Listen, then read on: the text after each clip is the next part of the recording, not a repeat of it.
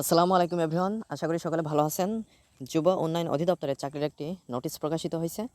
এ সংক্রান্ত সকল বিষয় আপনাদের সাথে বিস্তারিত আলোচনা করব। কোন পদে কতজন নিয়োগ দেওয়া হবে, শিক্ষাগত যোগ্যতা কী কী লাগবে, কীভাবে আবেদন করবেন, সমস্ত বিষয় A to Z বিস্তারিত আপনাদের সাথে আলোচনা করব। তো অবশ্যই আপনারা ভিডিওটি না টেনে সম্পূর্ণ ভিডিওটি দেখবেন। তাহলে চলুন মূল ভিডিওটি শুরু করা যাক। তো নোটিশটি 16ই নভেম্বর 2025-এ প্রকাশিত হয়েছে।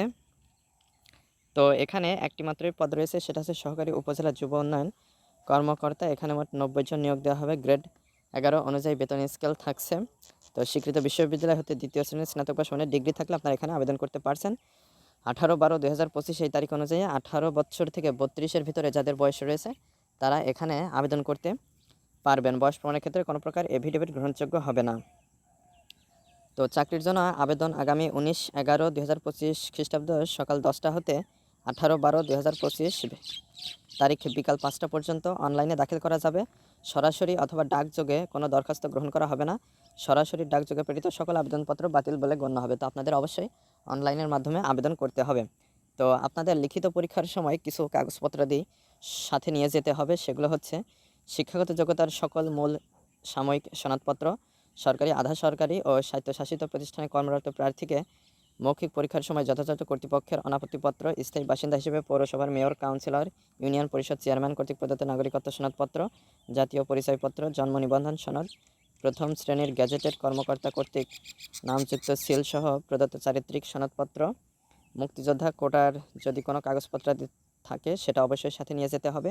শারীরিক প্রতিবন্ধীদের ক্ষেত্রে জেলা সমাজসেবা কার্যালয়ের উপপরিচালক কর্তৃক প্রদত্ত সনদপত্র নিয়ে যেতে হবে। তৃতীয় লিঙ্গভুক্ত যদি কেউ থাকেন তাদেরকে সিভিল সার্জন কর্তৃক প্রদত্ত সনদপত্রের সত্যায়িত কপি নিয়ে যেতে হবে। ক্ষুদ্র নৃগোষ্ঠী যারা আছেন তাদের ক্ষেত্রে সংশ্লিষ্ট জেলা প্রশাসক কর্তৃক প্রদত্ত সনদপত্র সাথে নিয়ে যেতে হবে। তো আপনাদের অনলাইনে আবেদন করার জন্য dyd.teletalk.com.bd ওয়েবসাইটে প্রবেশ করে আপনারা খুব সহজে ফর্মটা পূরণ করতে পারবেন।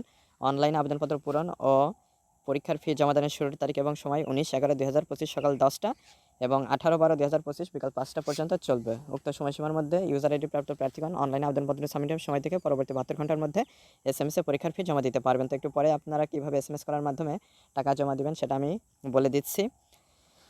তো ফর্মটা পূরণ করার সময় আপনাদের একটা রঙিন ছবি এবং স্বাক্ষরের প্রয়োজন পড়বে, যেখানে রঙিন ছবির দৈর্ঘ্য হবে 300 এবং প্রস্থ 300 পিক্সেল এবং স্বাক্ষরের দৈর্ঘ্য হবে 300 এবং প্রস্থ 80 পিক্সেল। স্ক্যান করে নির্ধারিত স্থানে আপলোড করতে হবে। ছবির সাইজ সর্বোচ্চ 100 কিলোবাইট এবং স্বাক্ষরের সাইজ সর্বোচ্চ 60 কিলোবাইট হতে হবে। তো SMS প্রেরণের নিয়মাবলী ও পরীক্ষার ফি কীভাবে প্রদান করবেন সেটা আমি বলে দিচ্ছি। আপনার ফোনের মেসেজ অপশনে গিয়ে প্রথমে টাইপ করবেন DYD, সবগুলো বড় হাতের অক্ষর, স্পেস দিয়ে ইউজার আইডি লিখবেন, তারপরে 16222 নম্বরে সেন্ড করে দেবেন। তারপরে দ্বিতীয় SMS-টা করার জন্য DYD আবার লিখবেন, সবগুলো বড় হাতের অক্ষর, স্পেস দিয়ে ইয়েস লিখে স্পেস দিয়ে পিন নম্বর দিয়ে 16222 নম্বরে সেন্ড করে দেবেন। তো এরপরে রিপ্লাই হিসেবে আসবে কংগ্রাচুলেশনস অ্যাপ্লিকেন্টস নেম। তো এরকম একটা রিপ্লাই চলে আসলে আপনাদের আবেদনটা সম্পূর্ণ বলে গণ্য হবে। তো ফর্মটা পূরণ করার সময় একটা নাম্বার চাই, তো ওখানে যে কোনো নাম্বার দিলেই চলবে, বাট ওই নাম্বারটা সবসময় চালু রাখবেন, কারণ পরবর্তী নির্দেশাবলী ওই নাম্বারে SMS করার মাধ্যমে আপনাদেরকে জানিয়ে দেওয়া হবে। আর এই যে টাকা জমা দেওয়ার ক্ষেত্রে অবশ্যই টেলিটক প্রিপেড সিম ব্যবহার করতে হবে। তো আশা করি মূল বিষয়টা বুঝতে পেরেছেন। তো আজকে এ পর্যন্তই।